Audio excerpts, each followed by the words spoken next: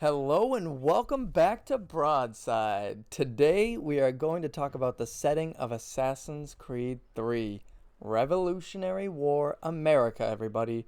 Let's get right into it. Assassin's Creed 3 was released in 2012 and takes place between the years 1754 and 1783, mainly in the northeastern portion of the then 13 colonies. This includes cities such as Boston and New York, as well as the wilderness around these colonial hotbeds. There are two major conflicts the game touches on with this period, the French and Indian War, as well as the American Revolution. Through the game's main quest, players get the chance to experience some of the most notable historical events from this time, and hear the evolving feelings of the people on either side of these conflicts. Without getting too much into spoilers, let's get a bit more specific. We open Assassin's Creed 3 in 1754 England as mysterious figure Haytham Kenway and quickly move along the Atlantic Ocean to Boston in the Massachusetts Bay Colony. Boston at this point in history is one of the larger cities in the colonies with a population around 16,000. Boston was incorporated in 1630, and while it would play a large role in the events to come, the city isn't a revolutionary hotbed just yet. Zooming out, the colonies and their citizens have progressively expanded west, with European settlements cropping up near the Appalachian mountain range. These settlements strain the relationship between natives and colonials, and this has already been borne out in some major, bloody conflicts. As of 1754, the British colonies stand on the brink of another such conflict.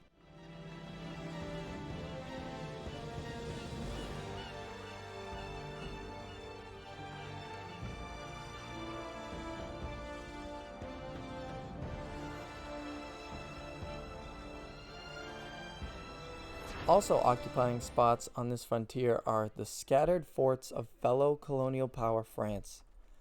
This is a time when both the French and the English have become the confident and powerful forces in this region, and their competition would inevitably draw those nearby indigenous tribes onto either side with the hopes of maintaining their own lands and hunting grounds. Throughout Assassin's Creed 3, these three regional powers clash over land and trade, until a fourth power, the colonial themselves, enter the scene.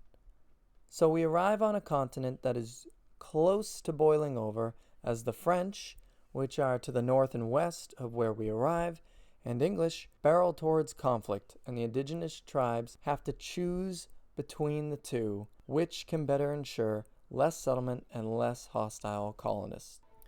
Just a quick aside, a notable event that people should be talking about as we begin Assassin's Creed 3 is the Cape Ann earthquake, which registered around a 6 on the Richter scale and even damaged some buildings. Fortunately, there were no deaths though.